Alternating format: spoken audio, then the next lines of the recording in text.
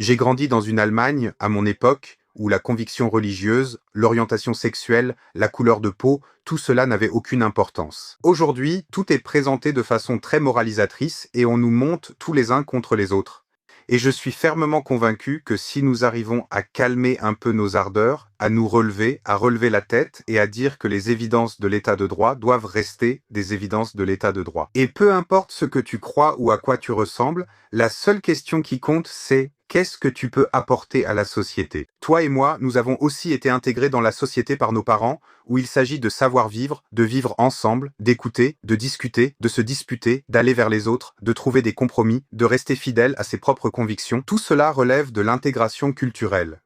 Cette infrastructure sociale a été détruite, et c'est pourquoi, globalement, nous sommes très peu attrayants pour les esprits brillants venus de l'étranger, comme pour les esprits vraiment intelligents et travailleurs d'ici.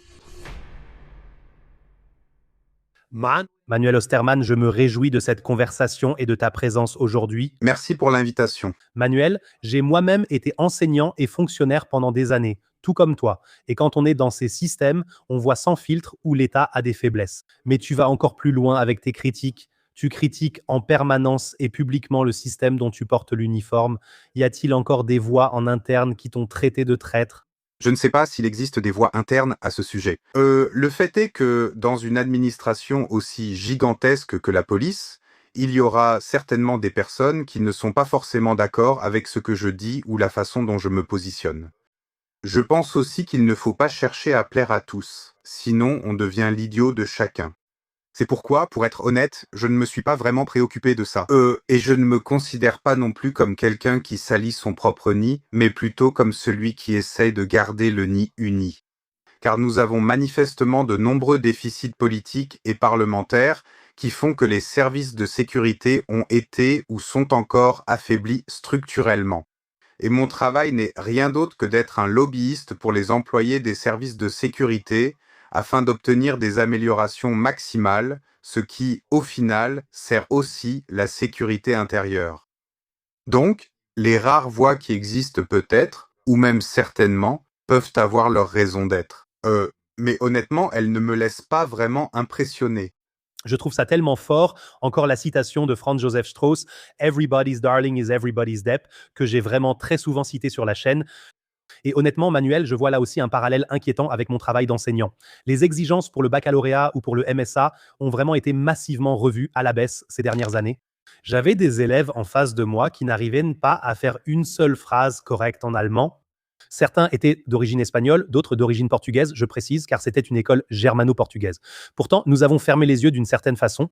Nous les avons poussés jusqu'au baccalauréat pour préserver la réputation de l'école. Finalement, c'est pareil pour toi. On embellit les statistiques, on minimise la situation dans les quartiers et on abaisse les standards juste pour ne pas perdre la face. Irais-tu jusqu'à dire que cet État est désormais tellement arrogant et en partie idéologisé qu'il ignore délibérément les signaux d'alerte venant de la base, que ce soit de la salle de classe ou de la rue? Alors, je regrouperai beaucoup de choses sous ce politiquement correct dont je parle sans cesse.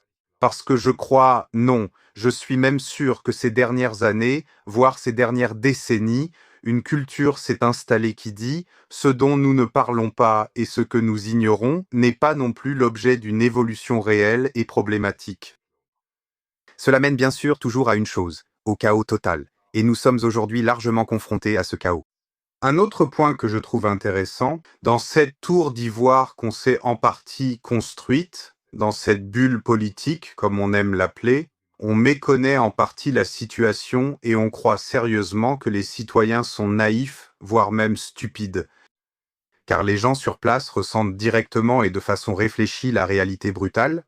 Brutal ne veut pas toujours dire quelque chose de négatif. Il y a aussi de beaux moments et de belles évolutions. Cela en fait aussi partie. Mais le fait qu'aujourd'hui il soit si difficile d'aborder où se trouvent réellement les problèmes et en même temps de présenter des solutions, sans prétendre que tout doit toujours être parfait ou que c'est la seule vraie voie, je pense que c'est là que le système a un vrai problème. C'est pourquoi j'en cherche souvent les responsables, surtout du côté politique, mais aussi dans la société. Car une politique qui ne nomme pas clairement les réalités est une politique qui commet déjà des erreurs à la base de son travail, et au final, ce sont toujours les personnes vivant en Allemagne qui en souffrent, tandis que la criminalité en profite. Et c'est une évolution que je ne trouve pas seulement discutable, mais que je ne peux tout simplement pas accepter. Je suis d'accord. Pourquoi crois-tu que les dirigeants politiques de ce pays craignent autant la vérité sans phare venant de la base? Si nous continuons ainsi, dans quelques années, l'AfD aura 50% ou plus, car la politique veut offrir une vision déformée de la réalité. C'est une question vraiment passionnante. Je pense que c'est une question à laquelle je ne peux pas vraiment répondre parce que je ne peux pas lire dans la tête de ces personnes. Mais il y a deux catégories, c'est comme ça que je le définis toujours. Les politiciens de carrière et les politiciens par vocation. Les politiciens de carrière sont ceux qui, disons, cherchent aussi à vivre de la politique et par conséquent ne veulent jamais déranger qui que ce soit. Ils ont besoin de leur majorité. Ils doivent générer une bonne couverture médiatique. Ils doivent toujours plaire à tout le monde et essayer d'en dire beaucoup sans jamais déranger personne. C'est une mauvaise voie. Il y a aussi les politiciens de carrière, convaincus, qui ont choisi cette voie par vocation ou se sont présentés aux élections, et qui disent les choses telles qu'elles sont. Cela ne plaît pas à tout le monde et cela ne permet pas non plus d'obtenir systématiquement un excellent écho dans chaque reportage. Mais je pense que ce n'est pas là le point décisif. Car si j'oriente mes propres actions et mes propres convictions en fonction de ce que des tiers indépendants, que je ne peux pas influencer, pourraient éventuellement dire, écrire, qualifier ou même penser de moi, alors je me paralyse moi-même. Et ces personnes ne sont pas stupides. Ce n'est absolument pas ce que je veux laisser entendre. Elles voient aussi, du moins en partie, ce qui se passe en Allemagne, y compris les dérives.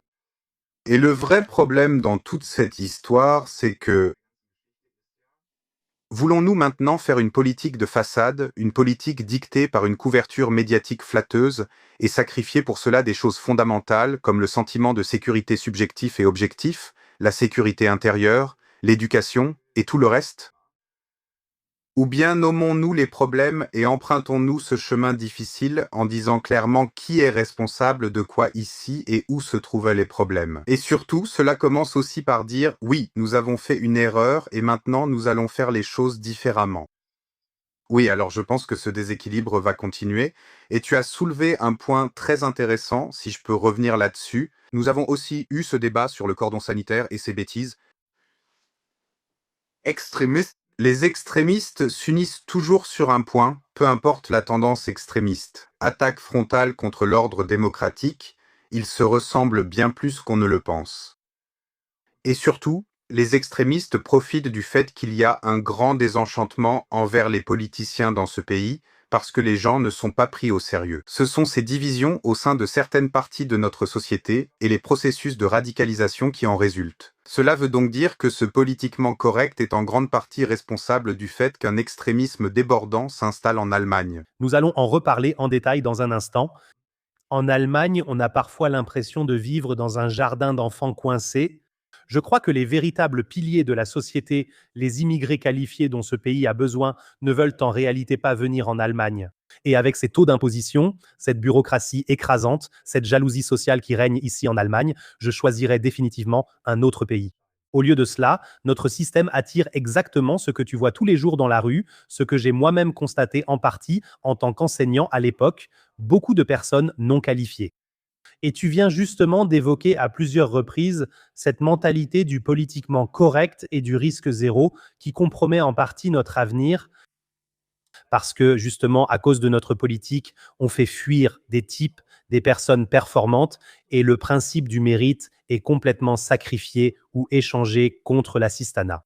As-tu aussi l'impression qu'en Allemagne, nous mettons en place des incitations totalement perverses? Oui, totalement. Alors, je mets de côté mes véritables connaissances d'expert et je vais maintenant parler en tant que Manuel Ostermann et donner mon avis. Et c'est ce contexte économique. Je ne vois pas où nous sommes encore attractifs pour les personnes performantes, pour l'innovation, pour les gens courageux qui veulent se lancer à leur compte et qui d'ailleurs ont aussi le droit d'échouer de temps en temps. Ce n'est pas répréhensible, au contraire, j'admire ceux qui prennent des responsabilités et montrent l'exemple ici.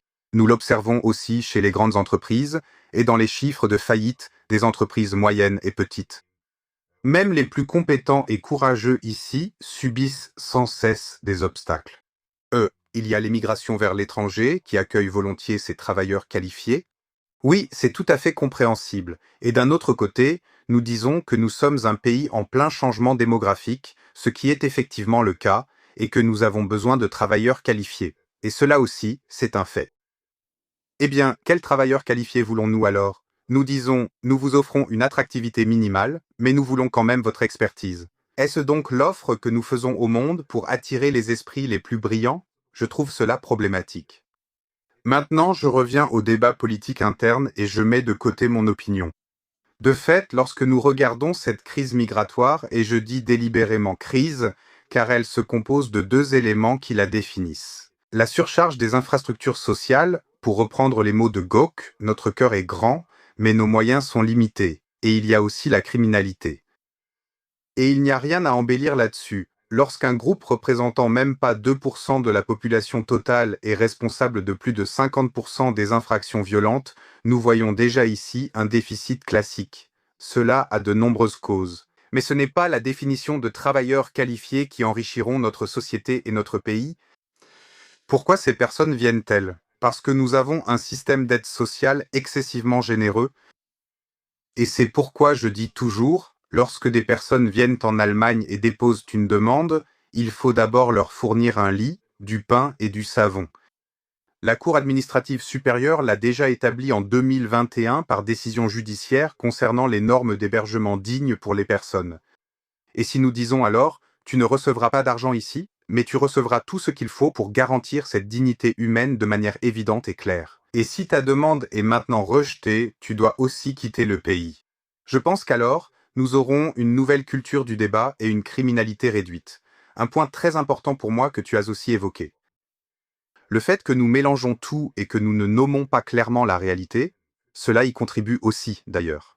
Et c'est justement ce qui me préoccupe énormément, que des personnes qui vivent ici depuis la 3e, 4e, 5e génération, qui, selon la définition, sont de vrais Allemands de souche, ma propre opposition dirait ça, soient discréditées et diffamées à cause de leur apparence physique.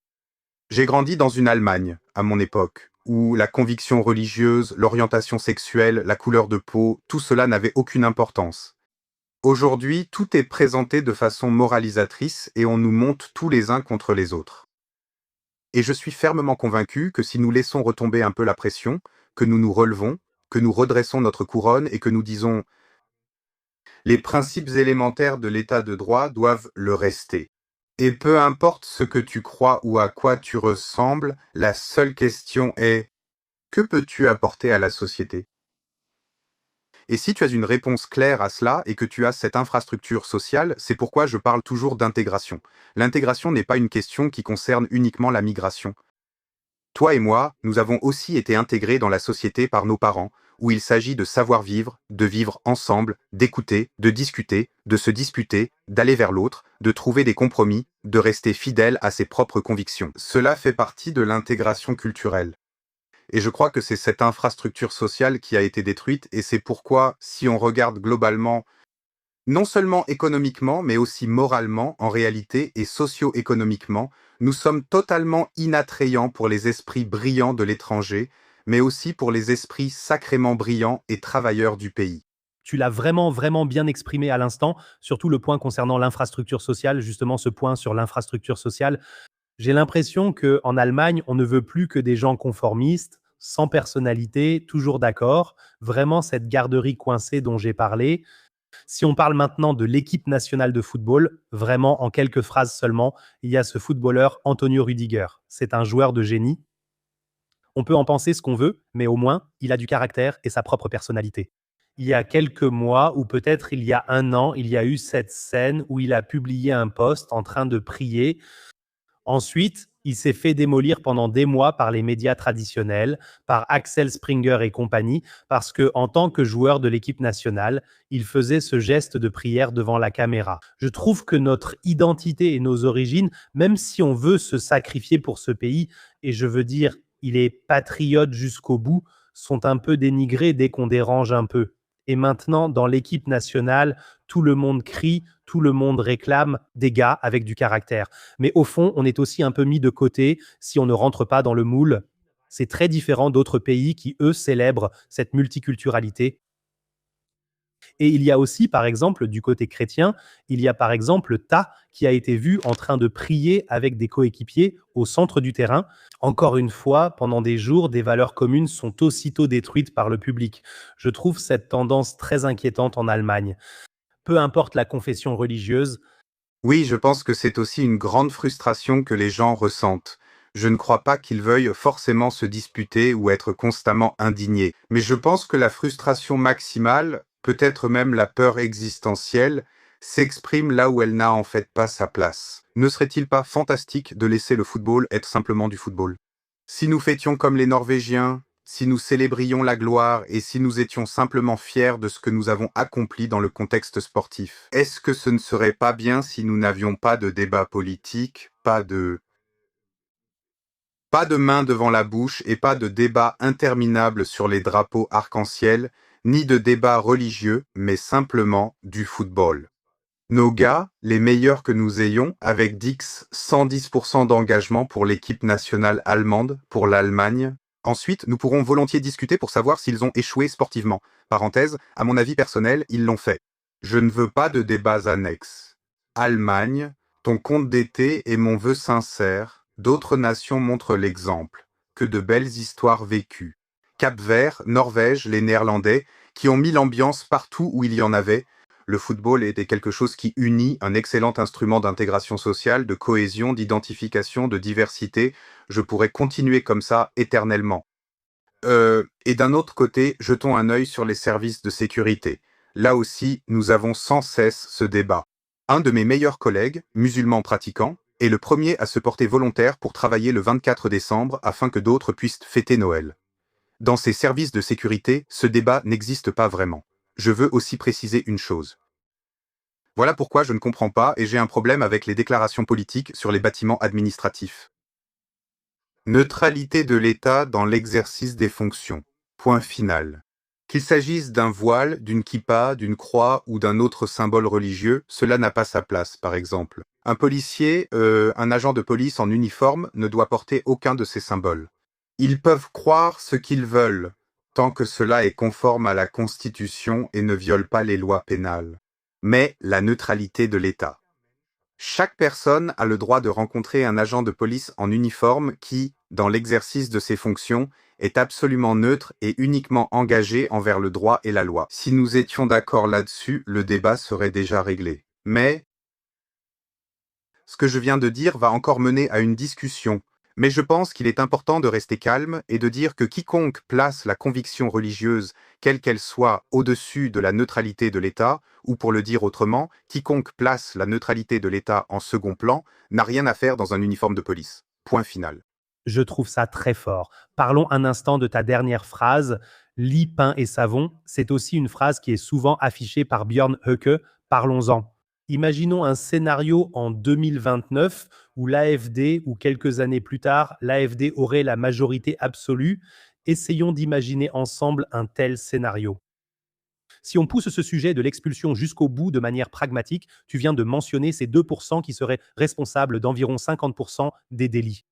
Je me dis toujours, les réfugiés ne sont pas un phénomène naturel et personne ne quitte le pays juste à cause d'une lettre de l'administration venant de l'administration d'Alice Weidel, de Spahn ou de qui que ce soit. Cela signifie en fin de compte que nous pourrions avoir des images similaires à celles que l'on voit aux États-Unis avec l'ICE, c'est-à-dire une sorte de task force d'expulsion dans les rues si on veut vraiment renforcer l'exécutif au maximum. Veux-tu aussi voir ce type d'image pour la police allemande à l'avenir en Allemagne? Premièrement, je ne les souhaite pas, et deuxièmement, nous n'en avons même pas besoin, car on peut résoudre ce problème en 3 étapes. Commençons par la base, et la base, c'est l'application du principe du lit, du pain et du savon. Il est important de préciser que ce terme ne vient pas de moi, mais figure dans le jugement du tribunal administratif supérieur de Münster.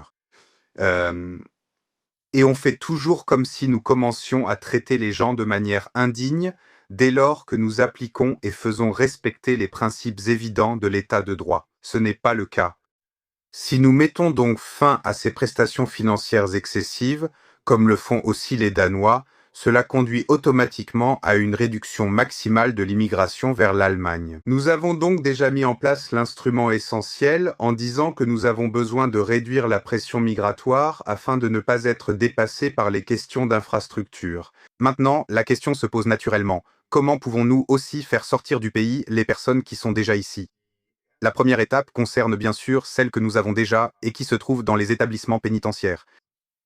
La deuxième étape concerne celles que nous recevons et identifions, et c'est de loin la majorité, à placer dans des centres de rétention, des centres anchor ou en garde à vue en vue de leur départ. Pour cela, il nous faut les infrastructures nécessaires. Pour illustrer cela, parmi plus de 41 000 personnes qui sont légalement tenues de quitter le pays, c'est-à-dire celles qui ont épuisé tous les recours juridiques, y compris l'opposition devant le tribunal administratif, et pour lesquelles une décision définitive a été prise conformément à l'état de droit, elles n'ont absolument plus aucune légitimité à rester en Allemagne. Aucune. Nous parlons de plus de 41 000 personnes, mais seulement 800 places en centre de rétention. Cela veut dire, c'est une logique simpliste, tout le monde le comprend, il y a beaucoup trop peu d'infrastructures par rapport à ce dont nous avons besoin pour réellement donner corps à cette idée d'application de la loi.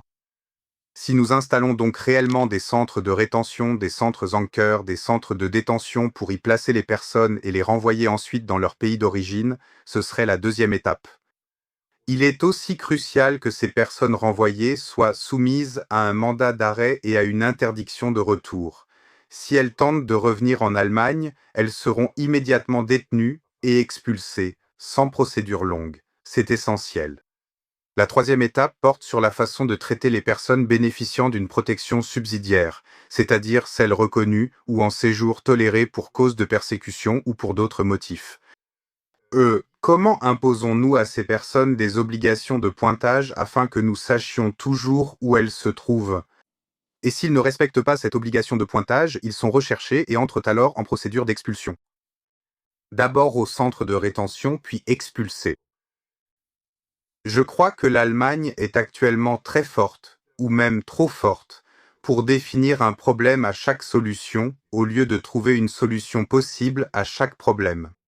C'est à la fois un sprint et un marathon. Ça ne se fait pas du jour au lendemain et nous devons y investir beaucoup de travail. C'est la vérité. Mais la vérité, c'est aussi pas besoin de chasse à l'homme ni d'images douteuses. Nous pouvons mettre tout cela en place calmement, selon les principes de l'état de droit et dans le respect de la dignité humaine, et nous aurions une procédure ordonnée.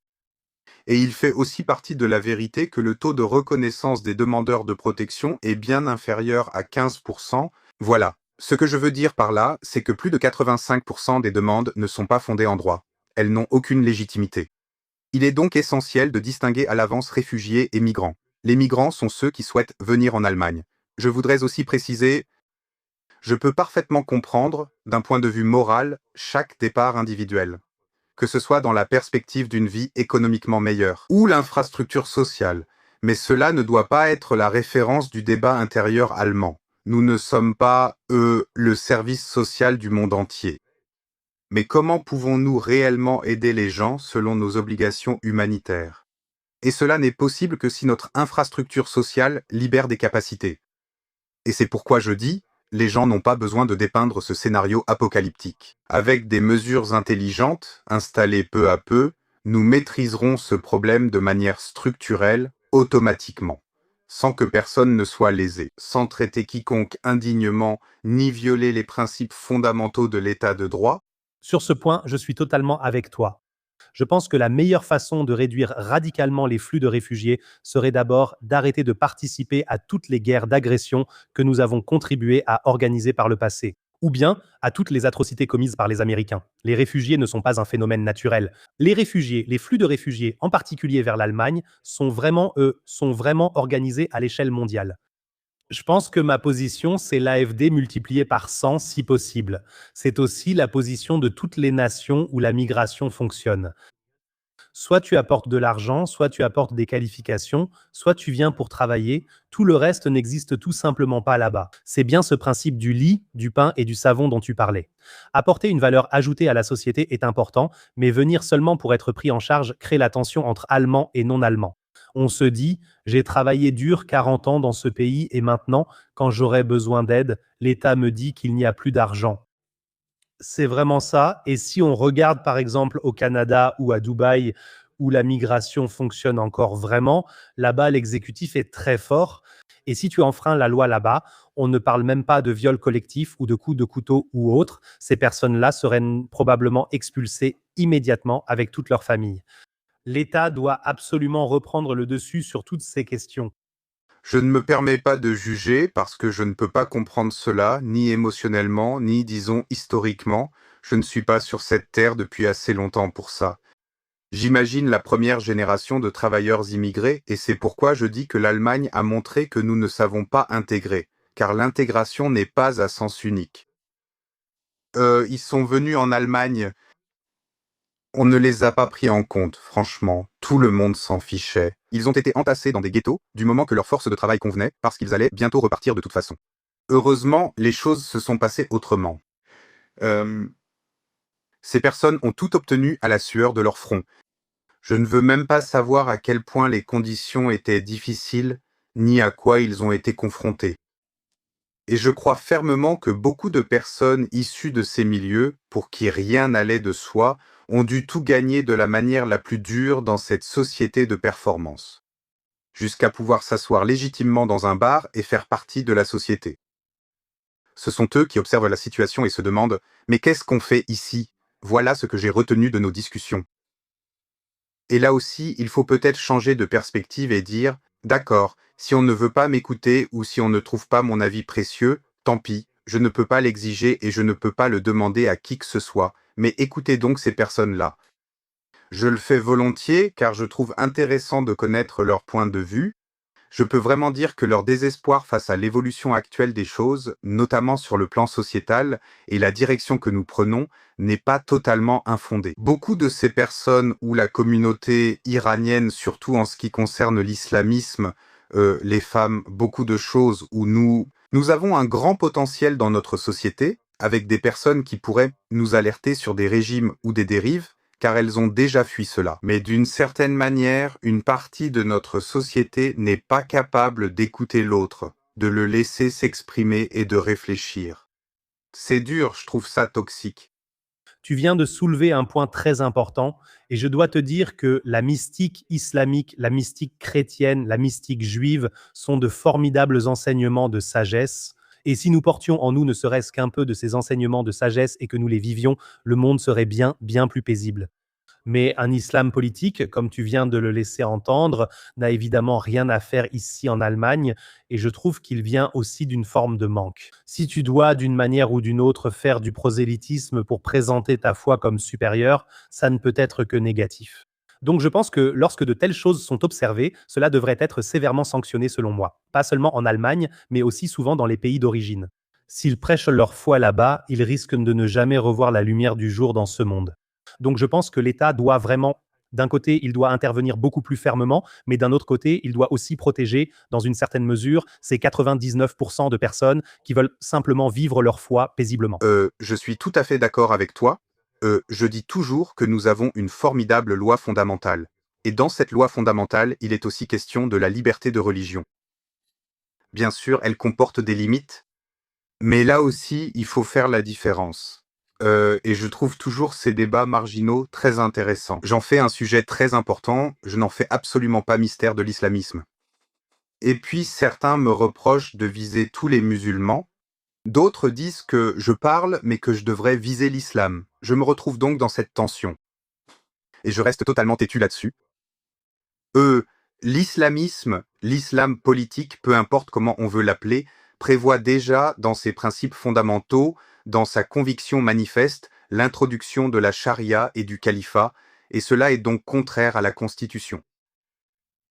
J'ai parlé avec de nombreuses femmes iraniennes. J'aborde toujours ce sujet car elles savent de quoi elles parlent, l'ayant déjà vécu. Et en même temps, je travaille avec tellement de musulmans croyants dans les services de sécurité, des personnes vraiment brillantes, et je me souviens toujours un peu de mon enfance. Et ce n'était jamais un sujet, bon sang. Il y avait aussi le débat sur la viande de porc ou pas de viande de porc. Donc, s'ils ne mangeaient pas de porc, ils mangeaient des tortellini. Et s'ils ne mangeaient pas de tortellinis, ils mangeaient de la salade. Peu importait aussi s'il était végétarien ou autre chose. Cette hyper-moralisation et en même temps cette généralisation. Laisse-moi le formuler de manière vraiment populiste, pour que ce soit bien clair, d'accord? Tous les musulmans ne sont pas des islamistes, et tous les chrétiens ne sont pas des agresseurs d'enfants. On devrait peut-être le formuler ainsi, non? Euh, Je souhaite de tout cœur que chacun soit libre dans ses convictions religieuses et que nous nous concentrions à nouveau sur la personne que nous avons en face de nous et non sur ce qu'elle croit. Écoutons les gens, c'est ainsi que nous luttons contre l'extrémisme très efficacement. Et là aussi, je dois dire que beaucoup de musulmans ont fui l'idéologie de l'islamisme parce qu'ils ont été menacés de mort. Unité, justice et liberté, c'est peut-être un peu banal et peut-être aussi un peu trop général. C'est aussi mon souhait sur ce point. Au final, nous nous ressemblons bien plus que nous ne le pensons. J'aimerais simplement pouvoir discuter avec ces personnes, et je ne vois pas, quand je parle avec quelqu'un, je ne me demande pas quelle est sa religion, pourquoi il a une couleur de peau différente, ou pourquoi son oreille dépasse un peu plus que l'autre. Je me réjouis d'abord de la rencontre et je l'écoute simplement. Et ce qu'il dit, c'est cela qui me permet de juger si je trouve ça bien ou pas. Mais rien d'autre. Et moi, même avec les gens de gauche, par exemple, qui me rejettent profondément, je fais aussi la différence, c'est peut-être là où je me distingue des gens de gauche. Bien sûr, j'ai une aversion générale à l'égard de leur idéologie et de leur orientation politique, mais pas contre la personne. Car son opinion, sa façon de voir les choses peuvent être légitimes de son point de vue. Ce que j'essaye de faire, c'est d'abord d'écouter, de comprendre, puis de répondre sur le plan moral ou factuel. La situation empire et je pense que les réseaux sociaux y contribuent fortement. C'est à la fois une malédiction et une bénédiction, mais ce serait un sujet sans fin. Au final, ce que je viens d'expliquer est à la fois révélateur et vide de sens, car cette pensée paisible de l'unité et de l'humanité, c'est elle qui m'inspire et me motive profondément. Et pour conclure là-dessus, quand je suis critiqué par les deux côtés parce que je fais quelque chose de mal, pour moi, cela définit en quelque sorte la position du juste milieu, et honnêtement, je m'y sens très à l'aise. Absolument. Ah, tu viens de parler des points communs. C'est justement là-dessus qu'il faut se concentrer, sur les points communs et non sur toutes ces voix divisantes qui existent dans l'espace public. Je pense qu'aujourd'hui, la véritable rébellion, c'est vraiment de mener une vie heureuse. Tu vivras heureux en t'éloignant des voix divisantes et en te recentrant sur toi-même, en te demandant où sont nos points communs. En se concentrant sur ces points communs, on réalise que nous ne sommes pas si différents. Et que tu choisisses de vivre l'une ou l'autre chose, qui cela intéresse-t-il au final, tant que tu me traites avec respect et intégrité, et que tu es là pour apporter une certaine valeur ajoutée à la société. Oui, et surtout, il faut peut-être aussi dire qu'il faudrait mettre l'accent sur ce qui mérite vraiment d'être mis en avant, la lutte contre les structures extrémistes. C'est bien ça, c'est de ça qu'il s'agit. Nous ne luttons pas contre l'extrémisme dans toutes ses formes. Je parle rarement de l'extrémisme de droite parce qu'il y a heureusement un consensus politique et sociétal ainsi qu'un consensus médiatique à ce sujet. Inacceptable à aucun moment, en aucun lieu, quelle qu'en soit l'ampleur, cela n'est toléré, accepté ou quoi que ce soit d'autre. Là, tout un bloc de confrontation et d'opposition se met immédiatement en place, il faut l'abattre. C'est juste. Je parle d'extrémistes de droite, pas de la droite, qui est politiquement légitime comme la gauche. C'est pourquoi j'en parle si rarement, parce que ce n'est pas quelque chose qui me préoccupe tant que ça, parce que pour nous, c'est évident. Dieu merci. Pour l'extrémisme de gauche, c'est tout à fait différent et certains n'ont même pas encore découvert l'islamisme. Et tout cela s'influence mutuellement.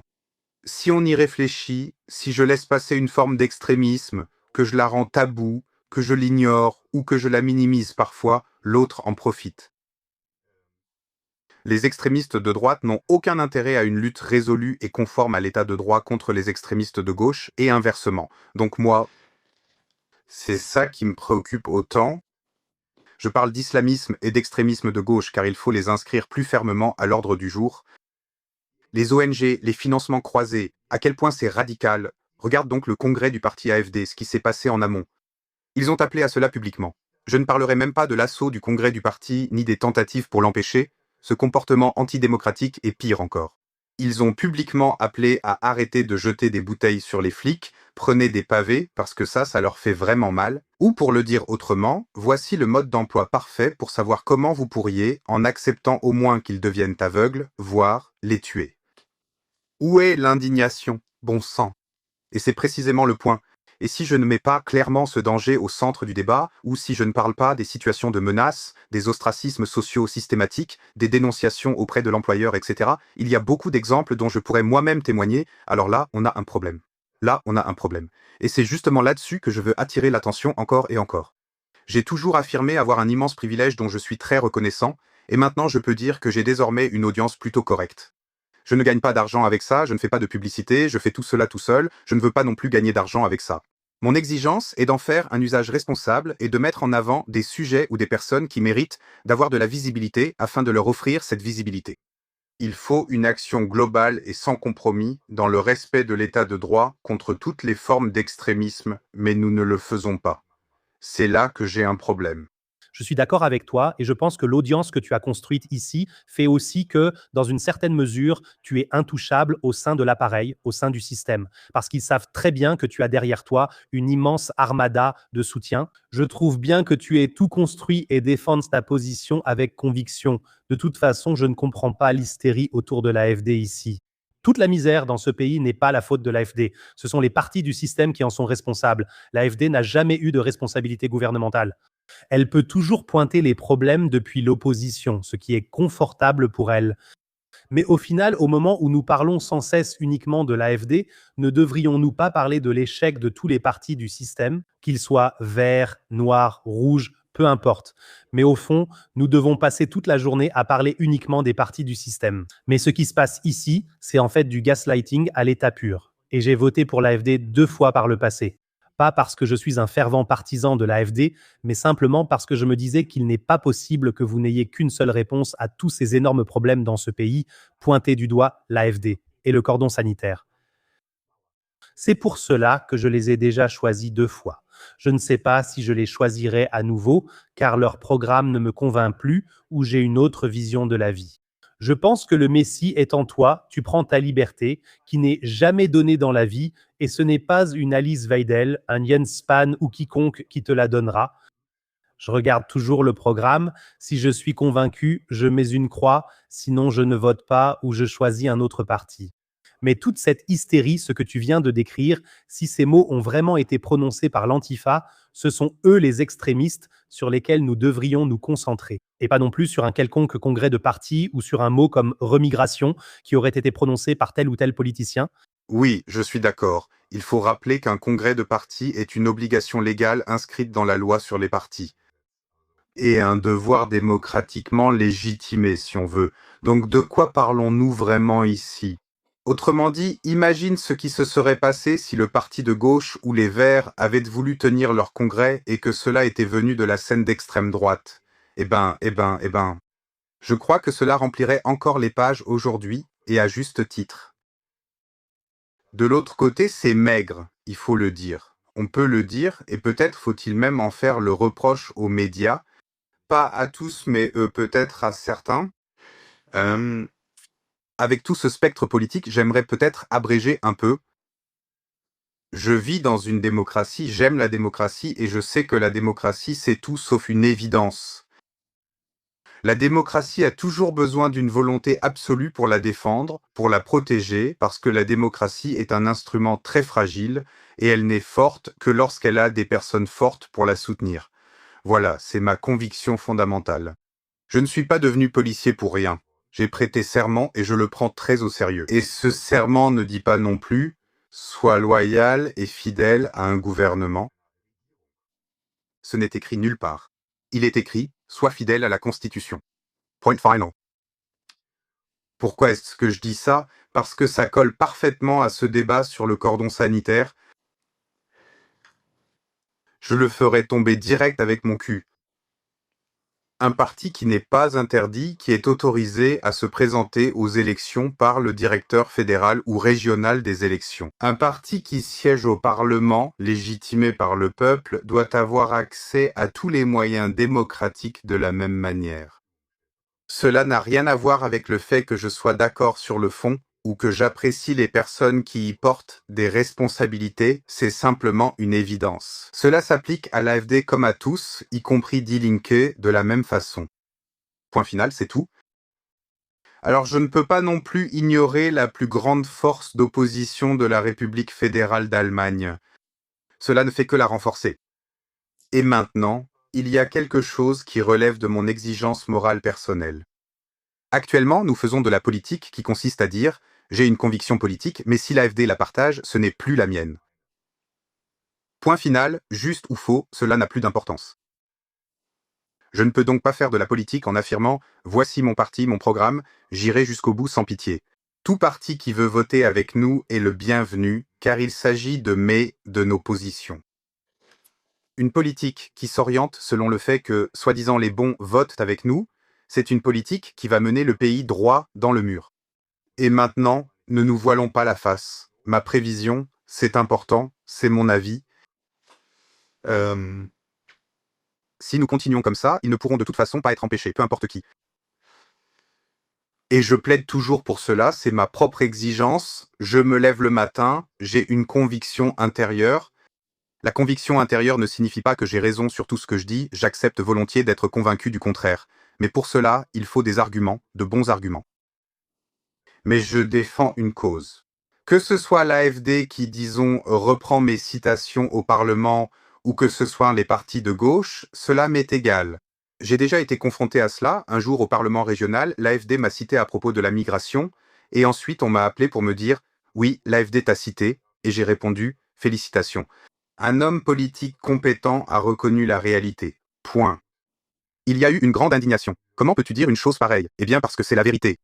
C'est simplement la réalité. Le parti derrière cela ne m'intéresse pas. Et peut-être qu'il faut aussi en faire un, alors il faut les démystifier ou peu importe, mais il ne faut pas ébranler les principes démocratiques fondamentaux en excluant des partis légitimés, des partis qui siègent légitimement dans un parlement grâce aux voix du peuple, à l'écart de la participation démocratique. Ce n'est pas la définition de la démocratie, et je pense que c'est aussi la mauvaise voie.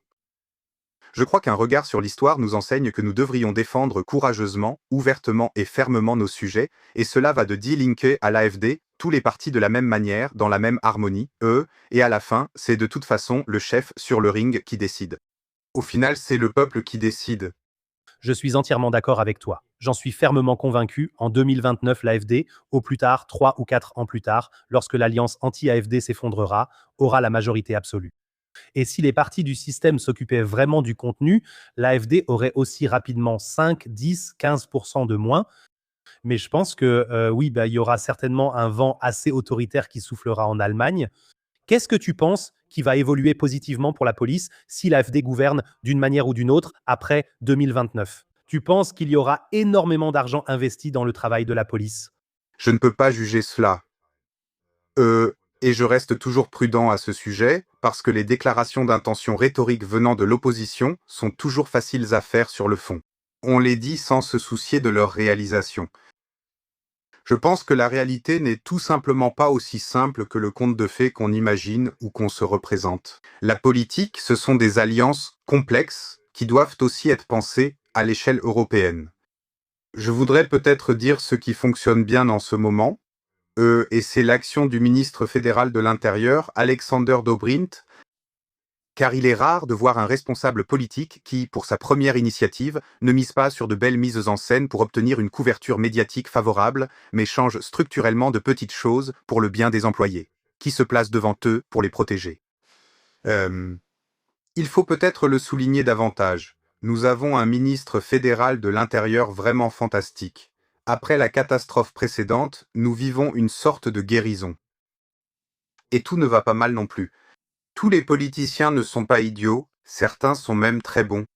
C'est sans doute aussi une responsabilité sociale, il faudrait que je travaille encore pour mieux valoriser le positif en Allemagne. Car malgré toute la gravité, malgré tous les dangers potentiels, malgré tous les sujets graves, au final, nous vivons toujours dans un pays magnifique.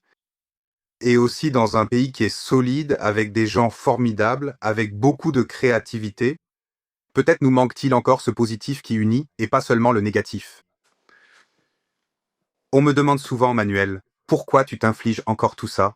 Parce que je crois tout simplement en ce magnifique pays et parce que j'aime tellement les gens qui vivent ici. Parce que je crois simplement que l'Allemagne a un avenir formidable.